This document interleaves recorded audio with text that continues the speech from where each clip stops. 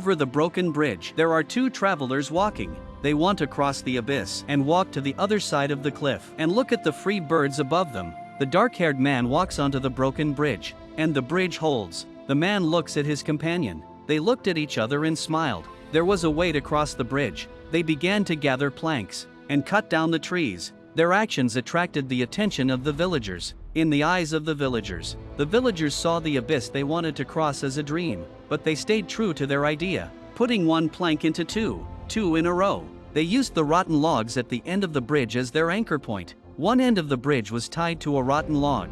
The other end was tied to a rock. As the stones rolled down, at this moment, the men's flare guns proclaimed to the world that they had succeeded.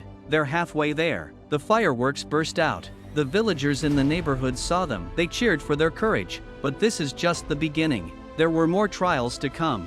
On the next bridge, they used canvas to make a section of the bridge that was pulled up by the wind. Just when things were going well, there was a flash of lightning in the sky. It was clear that a storm was coming, but the unfinished bridge couldn't stand up to the storm. It was the moment of truth. They decided to fight fate. As the axe fell, the canvas at the edge of the bridge, the wind pulls the bridge up just in time. They put on their backpacks and ran with all their might. The rain washed them away. The villagers ran to their houses to hide from the rain. Only the girl held her heart. She watched in silence. Suddenly a flash of lightning struck the suspension bridge. The fire burst into flames. One by one, the planks of the bridge fell off. With the wind and the rain and the bridge, the timbers on the side of the bridge were about to be uprooted. The little girl rushed over without thinking. She just wanted to help them to cross the abyss. Let them cross the abyss successfully. But his power was too weak.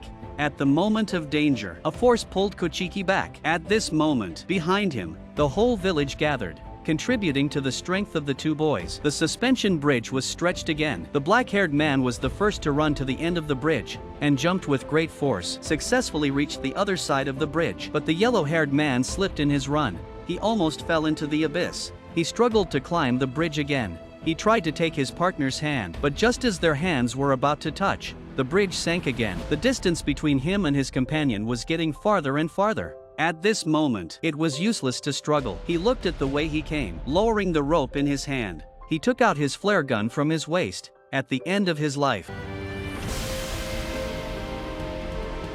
he fired the flare again. The bridge collapsed. The villagers thought they had failed. The next moment, fireworks erupted. He responded to the villagers. "Thank you for your help. What is the meaning of life? I don't know, but you have to have the courage to try something. Don't leave too many regrets."